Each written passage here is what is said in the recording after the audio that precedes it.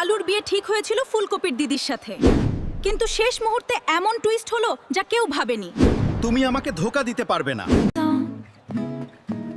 তুমি পাশে থাকলে কলেজটা আরো সুন্দর লাগে। কারণ তুমি আছো বলেই সব সুন্দর। একদিন আলুর বাবা কুমড়ো বিয়ের কথা বলতে গেল, কিন্তু ভুল করে ফুলকপির বদলে দিদির সাথে বিয়ে পাকাপাকি হয়ে গেল। আর আমি ফুলকপিকে ভালোবাসি, আমি অন্য কাউকে বিয়ে করতে পারবো না। এখন আর ওদের বাড়ি গিয়ে বিয়ে ক্যান্সেল করা যাবে না। আমি বাবাকে বলেছি, কিন্তু উনি বলছেন তোমার দিদিকেই বিয়ে করতে হবে। তুমি কি তোমার মাকে বলেছো আমার বড় মেয়ের বিয়েটা হলে আমি শান্তিতে মরতে পারবো? না মা, কিচ্ছু না। আমাদের ভালোবাসা এখানেই শেষ।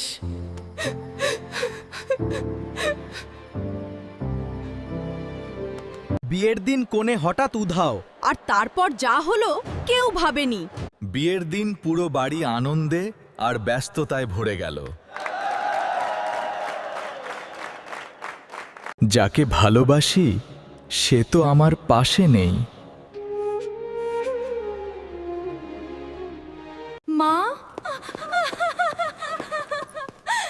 দিদিকে কোথাও পাওয়া যাচ্ছে না।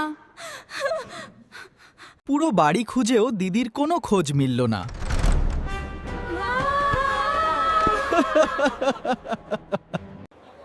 আমি দুঃখিত, আমার মেয়ে হয়তো পালিয়ে গেছে।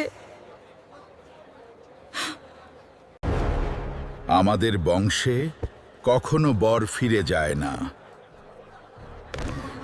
আপনি চাইলে আমার ছোট মেয়ে ফুলকপির সাথে আলুর বিয়ে দিন। আজ আমার ভালোবাসা জিতে গেল।